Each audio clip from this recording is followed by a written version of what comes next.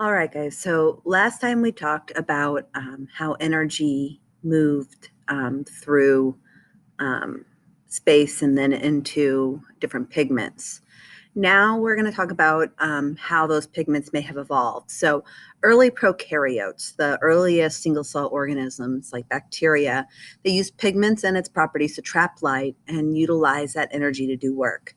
As they became more abundant, they had a new source of infinite energy. They had a new and found infinite energy source from the light, being able to create their own energy. So now they've started to evolve, and you had all these variations of their early photosynthesis to become this really major energy source for the world.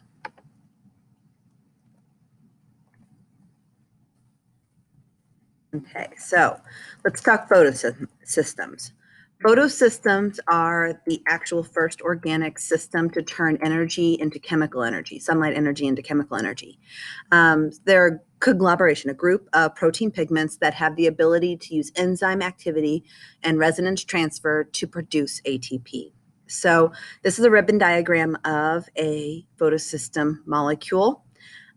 You can see it has a bunch of different types of proteins. Each different color and shape is indicating different different proteins. And they fold up to produce this photosystem that will work to create ATP.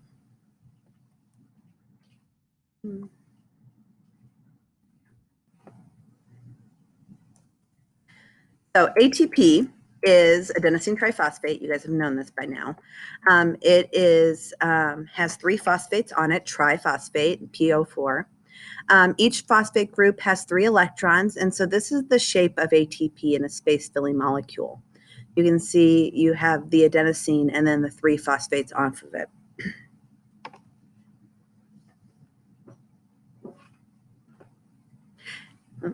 I think I may have skipped. So what happens is every chemical bond is containing energy, and the chemical bond between the second and third phosphate is a huge bond. It holds just a ton of energy, and it is easily broken. And when it is broken, that energy is released, and it becomes adenosine diphosphate, 2 phosphates, and the third one becomes inorganic phosphate, and it's just floating around. To take off the next one, the second phosphate, takes a lot of energy, and it actually ends up being worth it. So they don't really break down into adenosine monophosphate very often. It's adenosine diphosphate to adenosine triphosphate seems to be the sweet spot between holding that extra chemical energy. So it requires a lot of work, and these phosphates want to repel each other. So that's how it's holding so much energy there. The work is like a compression of a spring. The work needed to bring each phosphate group to that molecule is stored in a phosphate bond.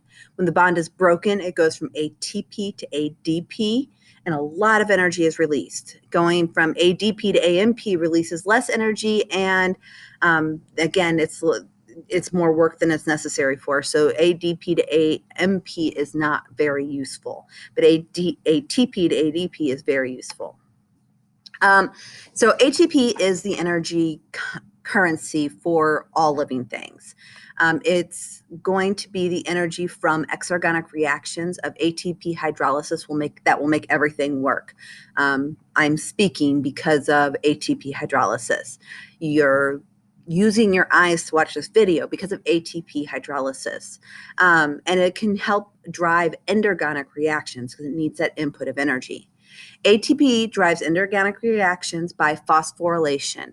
So transferring that phosphate group from one molecule, like a reactant, now it becomes phosphorylated, and we get work from that hydrolysis of ATP. That work can happen in mechanical, transport, or chemical type work.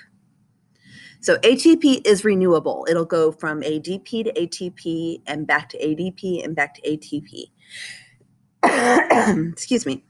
So you have energy come in and you create ATP, and then it gets cleaved and you release that energy, and now you have ADP and PI, and then you recycle it to create more energy. So every cell is converting millions of ATP to ADP and in a second. It's of something that is happening in your body nonstop. So, in general, the hydrolysis of ATP drives cellular work by A, releasing free energy that can be coupled to other reactions, B, releasing heat, C, reacting as a catalyst, or D, lowering the free energy of the reaction. So, what do you think? Did you say A, releasing free energy that can be coupled to other reactions? Good. So again, when ATP breaks off its last phosphate and becomes ADP, and all the energy that has been released there, that free energy, then gets used in another reaction. Which of the following is not an example of cellular work accomplished by the free energy derived from the hydrolysis of ATP? Mechanical work, like the movement of a cell. Transport work, like active transport of an ion into the cell. Chemical work, like the synthesis of a new protein, or the production of heat, which raises the temperature of the cell. Did you say D? Good. Heat is going to be a byproduct of work. It is not actually the main focus, main reason that is happening for ATP. ATP is making mechanical, chemical, and transport materials work. Which best characterizes the role of ATP in cellular metabolism? The release of free energy during hydrolysis of ATP heats the surrounding environment. The free energy released by ATP hydrolysis may be coupled to an inorganic process via the formation of a phosphorylated intermediate.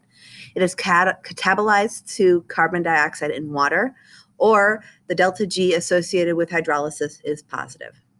All right, get your answer. Did you say B? B, the free energy released by ATP hydrolysis may be coupled to an inorganic reaction via the formation of a phosphorylated intermediate. Good. And delta G is going to be positive, in negative in this case, not positive. So photosystems are proteins embedded in the membranes of cells. So they are a type of transport protein. The membrane is required to establish the proton gradient to make ATP for the synthesis of ATP. So this is the outside of the cell, and this is the inside of the cell. And here's my cell membrane with a photosystem on the side. And this is a prokaryote. Right now we're talking about single-cell organisms. So light comes in, and when sunlight strikes the photosystem, we get that photon packet to hit it, and we start getting that excited electrons. Now they're all excited and they jump up to their higher level. Once that happens, they move from one part to another, one system to another, and that creates motion. That motion makes a motive force. So now hydrogens are actively transported from the environment to the inside of the membrane. So they are being actively transported from an area of low concentration to an area of high concentration. When that happens, the inside of the cell becomes very positive and the outside of the cell becomes respectively more negative, just comparing the two. And that's going to create a membrane potential, and that membrane potential powers most of the body. The next enzyme to talk about is ATP synthase. ATP synthase is also a membrane protein. It's located just down from the photosystem. The photosystem was pushing the hydrogens in. And then now we have a lot of hydrogen in here. ATP synthase is going to take advantage of that, and it's going to allow for the bulk movement of hydrogens passively, so from the area of high to low concentration, so they're going out. As they do that, it turns the wheel and creates ATP. So as hydrogen goes from an area of high concentration to low concentration through ATP synthase, it spins the ATP synthase. It kind of acts like a turbine, and we take ADP in the inorganic phosphate, and we turn it into ATP, which now we have for work. So let's check this out. What best describes a photosystem? Membrane-bound protein, major enzyme activity center, synthesis of ATP, or light reactor? What do you think? Reflector. Did you say A, membrane-bound protein? Good. It's on the membrane of that cell. The transfer of electrons in a photosystem create the membrane potential with a blank concentration of hydrogen molecules on the inside of the membrane and a blank concentration on the outside. So this is using a photosystem. What do you think? Is it a little higher and then lower, or lower and then higher? Did you say A, higher than lower? Good.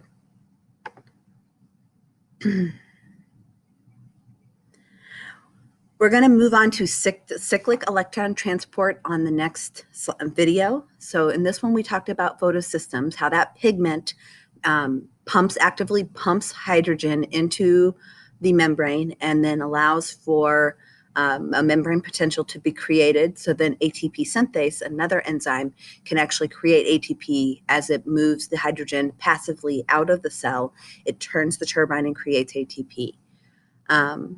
We will continue to talk about this in the next several videos. So at this point in time, I will say good night, and I will talk to you guys later.